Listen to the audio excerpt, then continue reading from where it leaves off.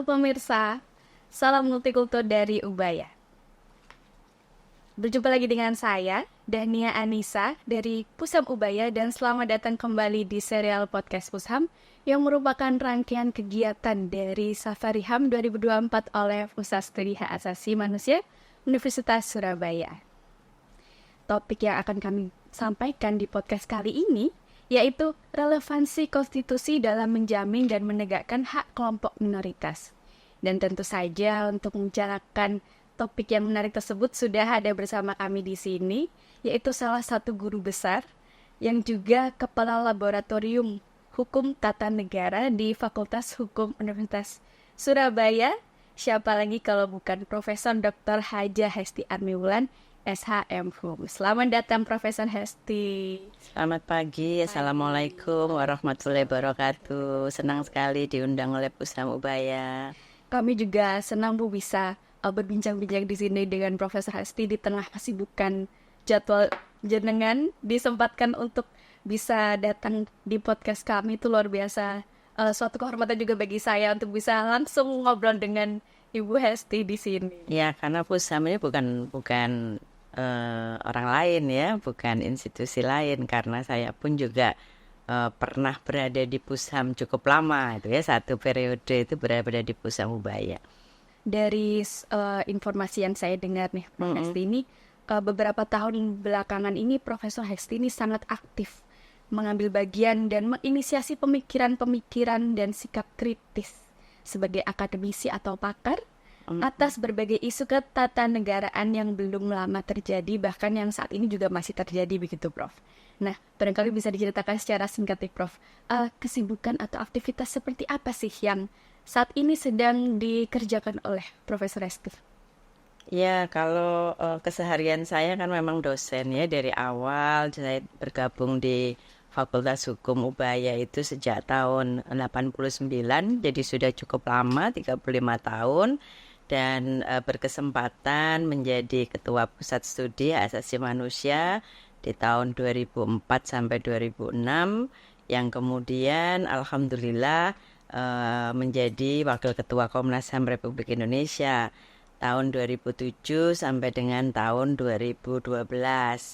Nah, tentu kalau bicara tentang ketatanegaraan, karena saya adalah dosen di bidang hukum tata negara, maka perhatian saya adalah berbagai hal terkait dengan penyelenggaraan ketatanegaraan Indonesia. Nah, saat ini tentu yang paling pendek di depan mata kita itu adalah penyelenggaraan pemilihan umum yang kaitannya juga ada dengan persoalan-persoalan hak asasi manusia. Jadi itu concern yang sedang kami geluti terkait dengan hukum tata negara, hak asasi manusia, dan juga penyelenggaraan pemerintahan daerah. Dan satu lagi mungkin sekarang posisi saya juga menjadi Ketua Forum Koordinasi Pencegahan Terorisme. Nah, jadi lengkap udah. Semuanya harus menjadi fokus perhatian. Itu, Mbak. Betul sekali. Luar biasa sekali memang Profesor Hesti ini dari awal yang hanya dosen, namun tidak hanya sebagai dosen, merambah sempat menjadi ketua Pusham Ibu, ketua Komnas HAM, dan juga dengan yang digeluti saat ini juga menjadi suatu prestasi yang luar biasa dari yang kita miliki gitu, dari yang dimiliki oleh Universitas Surabaya tentunya. Nah Ibu, untuk menginjak ke topik hari ini, kita akan bahas terkait isu kelompok minoritas yang masih sering muncul, yang masih menjadi perhatian publik juga Ibu, terkait beberapa di antaranya mungkin masalah etnis, agama, kemudian suku, bangsa, hak minoritas, hak kelompok terpinggirkan, hak menentukan pilihan hidup, hak masalah lingkungan, dan lain sebagainya. Mungkin bisa diceritakan atau diberikan gambaran sedikit Bu terkait apa itu minoritas dan juga apa saja tipologi kelompok-kelompok minoritas. Memang kalau tadi disebutkan banyak ya, satu gitu ya. Nah, kalau dalam perspektif karena kita mencoba melihatnya dari aspek hukum ya. Betul. Nah, ini bicara tentang satu kelompok tertentu ini memang agak luas cakupannya, karena dari terminologi hukum itu sudah ada beberapa perbedaan. Jadi ada yang kita sebut dengan minority groups ya, atau kelompok minoritas. Nah, itu ada dasar hukumnya. Kalau yang disebut dengan kelompok minoritas itu kita tidak bisa menyebut semuanya, karena itu ada di dalam International Covenant on Civil and Political Rights atau Covenant Hak Sipil Politik. Hanya 3 yang disebut. Yang disebut dengan kelompok minoritas itu hanya kelompok yang mereka dalam hal perbedaan agama, kemudian bahasa, dan etnis ya. 3 itu saja yang disebut di pasal 27 ICCPR. Tapi selain itu ada undang-undang tentang hak asasi manusia, Undang-Undang Nomor 39 Tahun 99, yang memberikan satu terminologi yang berbeda. Ada yang disebut dengan kelompok rentan gitu ya. Nah, kelompok rentan itu berbeda lagi.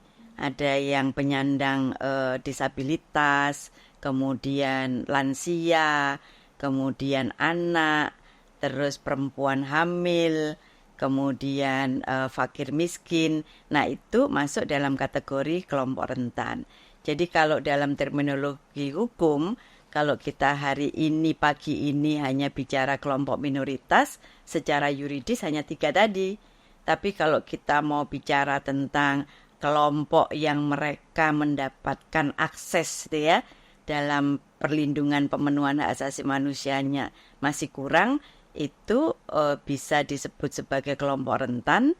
Tapi selain itu ada juga yang kelompok kita kenal dengan kelompok terpinggirkan, kelompok marginal gitu ya. Ada beberapa kelompok yang nggak masuk di kelompok rentan, tidak masuk dalam kategori kelompok minoritas, tetapi keberadaannya itu masih mendapatkan perlakuan diskriminatif ya. Nah, jadi beberapa kelompok nelayan gitu ya. Kemudian kita bicara tentang kalau di kelompok rentan itu tadi kan hanya perempuan hamil. Padahal perempuan yang tidak hamil pun itu juga seringkali mendapatkan perlakuan diskriminatif. Nah, jadi itu cakupan yang bisa kita bahas. Nah, monggo kita mau bahasnya yang mana gitu ya. Mau yang minoritas saja, atau kita mau bahas kelompok rentan, ataukah yang terpinggirkan. Tapi intinya secara keseluruhan itu di dalam konstitusi kita, di dalam undang-undang dasar, setiap orang itu berhak untuk mendapatkan perlakuan, perlindungan, pemenuhan hak asasi manusia. Dan tidak boleh ada perlakuan diskriminasi terhadap siapapun. Nah, prinsip ini sesungguhnya sudah memberikan satu ketegasan bahwa negara Indonesia itu memberikan jaminan kepada semua orang untuk bisa menikmati hak asasi manusianya. Begitu. Jujur dan sangat jelas sih. Oke. Ya. Nah, tadi mungkin disebutkan juga oleh Prof. Hesti bahwa nggak sih ada beberapa tindakan diskriminatif terhadap kelompok minoritas dan juga kelompok terpinggirkan dan juga kelompok rentan yang seperti Ibu sebutkan tadi. Nah, bagaimana pendapat Prof. Hesti ini sendiri tentang masih banyaknya ditemukan tindakan-tindakan diskriminatif yang tentu saja mereka-mereka ini, kelompok-kelompok ini memiliki hak-hak asasinya dan memiliki hak lainnya gitu. Bagaimana pendapat Prof. Hesti terkait masih adanya tindakan-tindakan diskriminatif di wilayah Indonesia?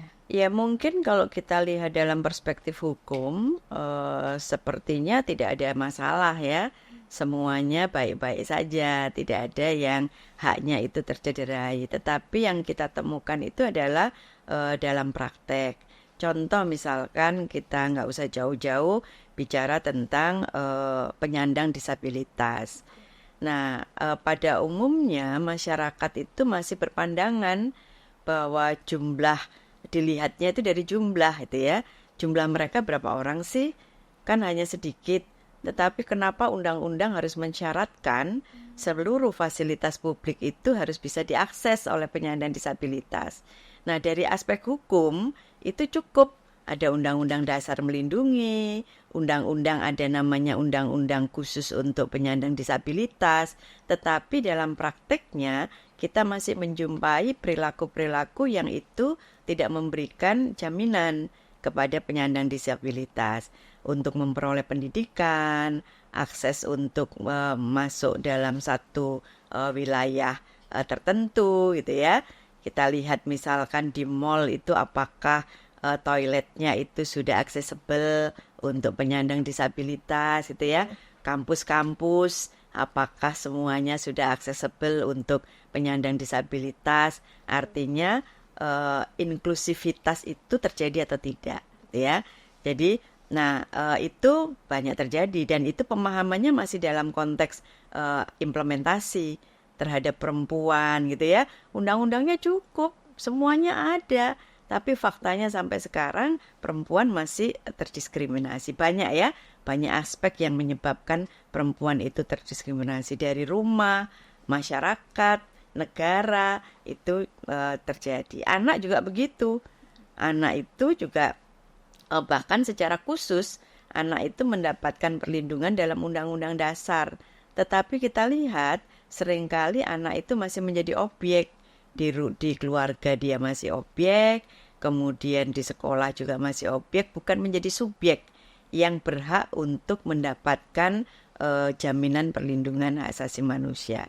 Nah, tatarannya ini sekali lagi, kalau kita lihat praktek di Indonesia itu bukan pada tataran perlindungan hukumnya, tetapi lebih banyak pada mindset budaya, ya, keseharian yang ini membutuhkan kesadaran pada semua orang. Nah, membangun sebuah kesadaran itu tidak seperti membalik tangan. Ini sebuah proses yang terus harus dilakukan. Maka keberadaan Pusat Studi Asasi Manusia, khususnya Pusam Ubaya, ini menjadi pionir, menjadi pelopor, karena Pusam Ubaya ini yang ketika undang-undang tentang HAM itu ada 99 ya, Pusam Ubaya sudah 93 tahun 93 didirikan. Jadi memang Pusam Ubaya ini harus terus menyuarakan bagaimana masyarakat itu dibangun kesadarannya terhadap hak asasi manusia. Begitu, Mbak. Baik, terima kasih Prof. Hesti. Nah, kemudian Prof, kalau misal kita lihat di undang-undang sudah cukup jelas terkait perlakuan yang harus diberikan, namun di prakteknya ternyata belum semudah itu untuk dilaksanakan mungkin ya Prof. Namun kalau dia dari hak-hak yang harus dipenuhi oleh kita masyarakat Indonesia atau dari bangsa Indonesia sendiri, hak-hak yang harus didapatkan, maksudnya didapatkan oleh kelompok minoritas itu sendiri seperti apa ya Prof? Ya, kalau bicara tentang hak itu, kita lihatnya begini, Indonesia itu adalah negara yang paling rajin ya dan paling bagus di dalam keikutsertaan hak asasi manusia secara internasional. Indonesia sudah meratifikasi semua produk hukum HAM internasional. Nah, kalau hak apa saja cuma dua kategorinya, hak sipil dan politik, dan hak ekonomi, sosial, dan budaya. Jadi kalau bicara tentang hak apa saja yang harus dijamin, ya tentu hak sipil dan politik itu bicara tentang kebebasan, kemudian keterlibatan gitu ya, aksesibilitas. Nah, itu adalah bicara tentang hak sipil politik dan hak ekonomi, sosial, budaya. Jadi itu yang harus diberikan. Saya tidak bisa memperinci misalkan kalau perempuan itu dapat haknya ini saja, nggak bisa. Semua orang itu mempunyai hak yang sama memperoleh hak sipil politik, tidak boleh pilih-pilih hak sipil politiknya satu atau dua, tidak. Seluruh hak sipil politik dan seluruh hak ekonomi, sosial, budaya. Nah, itu yang seharusnya dijamin oleh negara. Jadi bukan masyarakat yang menjamin, tapi yang harus menjamin itu adalah negara. Negara harus hadir untuk memberikan perlindungan, pemenuhan hak asasi manusia, khususnya adalah kepada kelompok masyarakat minoritas, kelompok masyarakat rentan, dan kelompok masyarakat yang terpinggirkan. Begitu. Baik, Prof. Terkait hak-hak yang harus dimiliki. Tadi seperti yang sudah dijelaskan itu hak sipil politik dan juga hak ekonomi sosial budaya. Menurut Profesor Heti sendiri, apakah negara Indonesia ini, negara kita ini sudah benar-benar memberikan jaminan perlindungan terhadap kelompok minoritas dalam pemenuhan dan penegakan hak-hak asasinya dalam prinsip equality before the law, kesamaan di depan hukum? Itu tadi saya sampaikan, kalau dari perspektif hukum sudah lengkap. Negara sudah memberikan jaminan, baik itu di Undang-Undang Dasar Negara Republik Indonesia tahun 45, bahkan ada bab khusus kan, kita lihat ada bab 10A tentang hak asasi manusia di berbagai peraturan perundang-undangan. Jadi kalau ketika saya mewakili Indonesia hadir di berbagai forum internasional, Indonesia itu selalu leading menyampaikan berbagai peraturan perundang-undangan dan menjadi contoh dari negara lain bahwa Indonesia itu telah memberikan jaminan perlindungan secara baik. Tapi sekali lagi itu dalam tataran hitam dan putih gitu ya. Nah, yang kita inginkan terus-menerus dilakukan oleh negara itu adalah bagaimana negara memberikan jaminan itu dalam kebijakan, dalam memberikan pengaruh positif pada masyarakat untuk bisa tidak diskriminatif terhadap siapapun, begitu. Yang paling utama itu memang diskriminasi ya. Baik, Prof. Nah, kemudian bagaimana relevansinya Prof terkait institusi yang berfalsafah Pancasila sebagai ideologi bangsa dalam menjawab permasalahan-permasalahan yang ada, misalnya seperti diskriminatif tersebut yang memang masih banyak terjadi? Tadi sudah saya sampaikan, ini adalah membangun sebuah kesadaran. Membangun kesadaran itu tidak bisa membalik tangan. Kita harus sabar dan harus terus telaten untuk menggelorakan bagaimana memberikan jaminan perlindungan pemenuhan hak asasi manusia. Dan itu harus diperjuangkan ya. Jadi seperti yang dilakukan oleh teman-teman penyandang disabilitas, mereka terus berjuang supaya negara itu memberikan jaminan ya. Saya kira di Indonesia belum maksimal ya seperti yang kita lihat di negara lain terhadap kelompok-kelompok minoritas, kelompok rentan. Nah, kalau di negara lain mereka tidak merasa menjadi orang yang terpinggirkan karena negara memberikan jaminan kepastian itu. Bahkan negara yang akan memberikan sanksi ketika masyarakat itu memberikan perlakuan diskriminatif kepada mereka.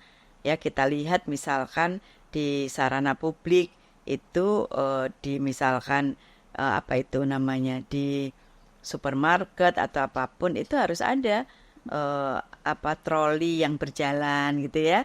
Nah, sehingga mereka bisa menggunakan itu, tidak merasa ada sesuatu yang dibedakan oleh masyarakat kepada mereka.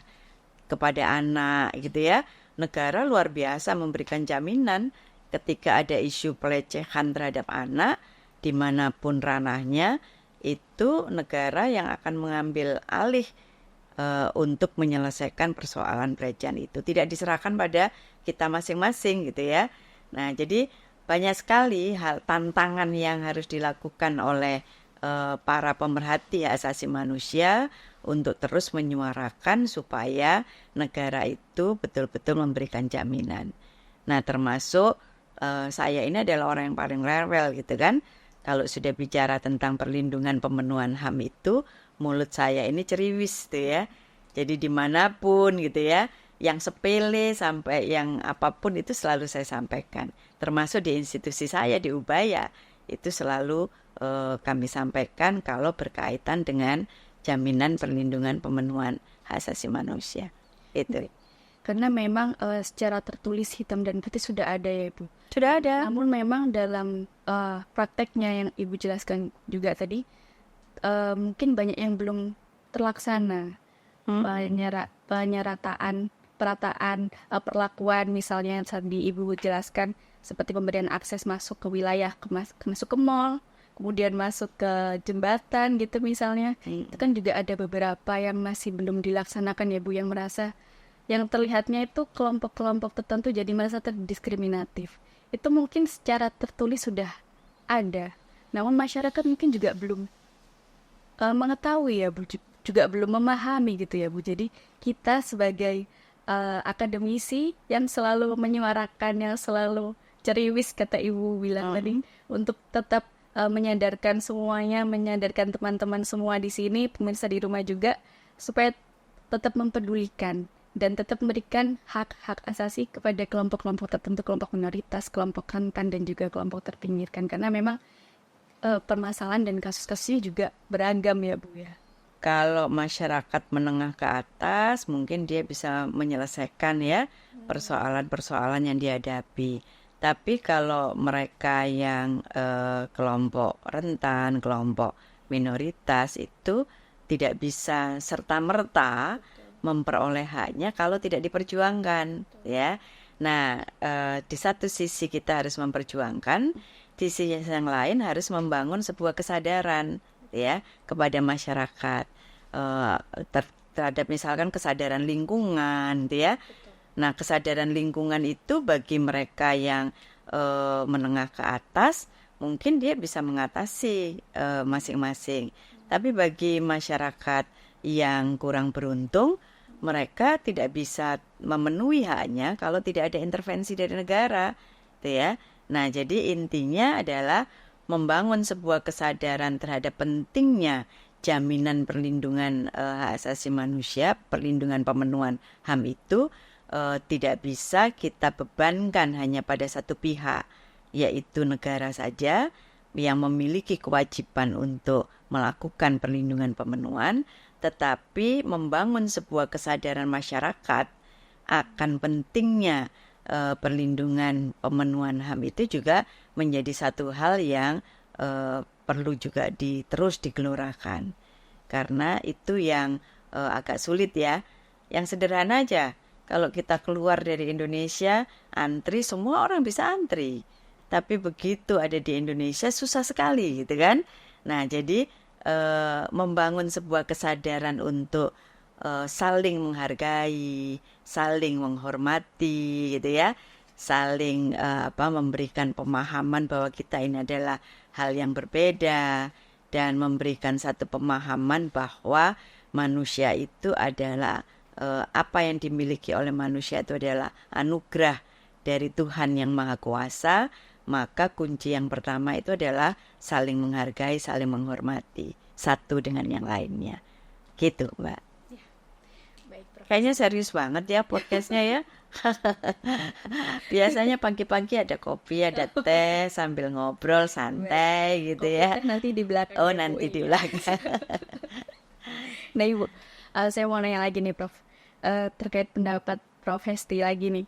Jika relevansi konstitusi dalam permasalahan hak kelompok minoritas ini dikaitkan dengan teori Roscoe Pound, yaitu Law as a Tool of Social Engineering, atau hukum sebagai alat rekayasa sosial atau mengubah masyarakat. Nah, apakah teori ini juga penting, Prof, untuk dipahami terkait dengan relevansi konstitusi dalam hal ini?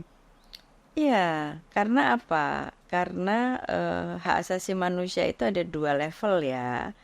Satu levelnya itu adalah recognize, pengakuan.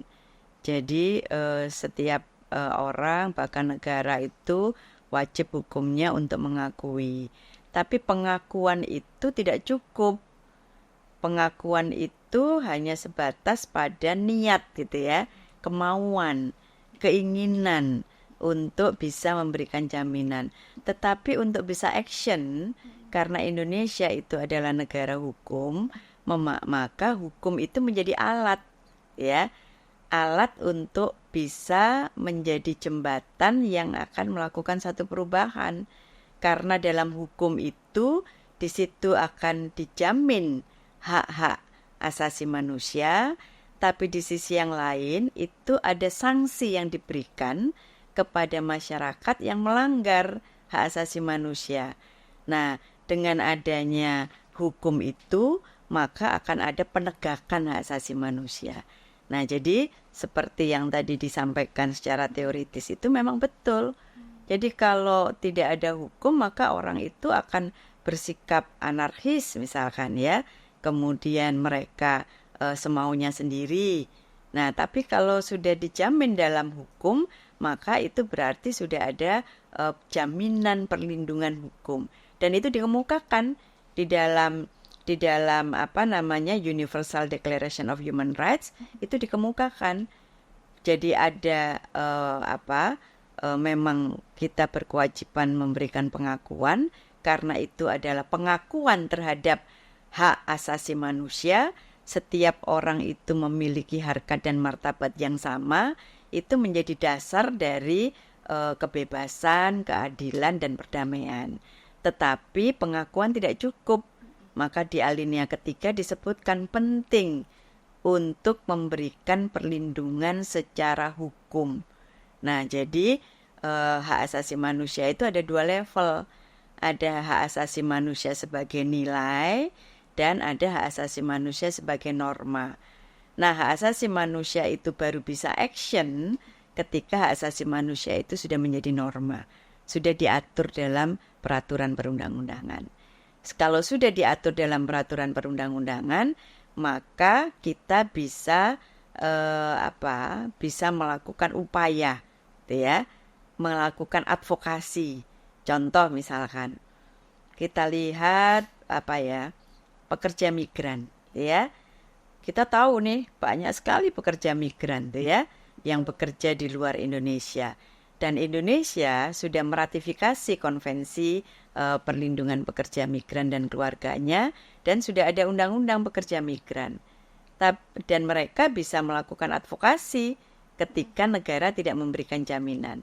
Tapi bagaimana dengan saudara-saudara kita, ya, teman-teman kita yang dia menjadi pekerja di sektor informal, ya, pekerja rumah tangga, driver, ojol, pekerja-pekerja sektor informal, nggak ada undang-undangnya sampai sekarang. Nah, akibatnya apa? Mereka tidak bisa mengadvokasi hak-hak mereka, ya. Jadi, misalkan kalau pekerja itu mendapatkan hak istirahat, hak pembatasan jam kerja, gitu ya. Nah, sedangkan mereka yang di sektor informal nggak punya itu. Dan mereka tidak bisa mengadvokasi dirinya. Karena apa? Nggak ada hukumnya. Gitu ya. Nah, jadi itu adalah bukti bahwa hukum itu menjadi penting untuk memastikan bahwa setiap orang itu dijamin haknya, ya, dipenuhi haknya, dilindungi haknya. Saya kira itu. Baik, terima kasih Prof. Sudah sangat jelas sekali jawabannya. Pertanyaan terakhir nih Prof. Boleh.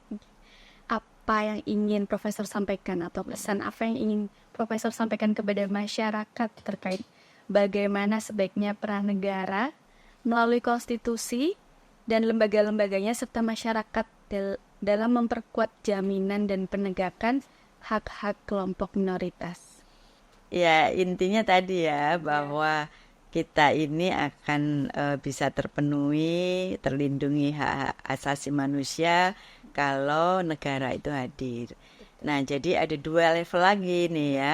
Kalau di dalam bidang hak sipil politik, maka kita menuntut negara untuk tidak terlalu intervensi, ya. Karena dalam prinsip hak sipil politik itu, semakin besar intervensi negara, semakin kecil kemungkinan terpenuhinya hak sipil dan politik. Jadi berbanding terbalik. Contoh misalkan, kalau dalam penyelenggaraan pemilihan umum, negara itu terlalu besar intervensinya, maka dipastikan pemilu itu tidak akan berjalan sesuai dengan asas pemilu, ya. Nah, hak ekonomi sosial budaya itu kebalikannya, ya, bahwa untuk bisa memenuhi hak ekonomi sosial budaya, maka semakin besar kehadiran negara, semakin besar kemungkinan terpenuhinya hak ekonomi sosial budaya.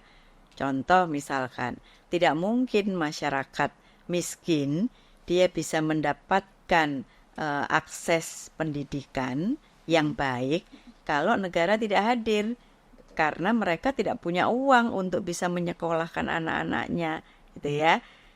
Tidak mungkin mereka bisa menikmati hak atas kesehatan kalau tidak ada intervensi negara, ya. Nah, jadi kalau di bidang hak ekonomi sosial budaya, maka negara sebesar-besarnya harus hadir untuk bisa memenuhi hak ekonomi sosial budaya.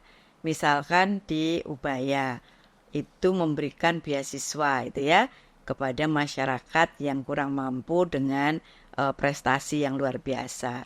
Nah, itu menunjukkan bahwa masyarakat pun, jadi tidak hanya negara, tapi masyarakat pun itu juga dituntut partisipasinya dalam hal perlindungan pemenuhan hak asasi manusia, khususnya adalah di bidang ekonomi sosial budaya.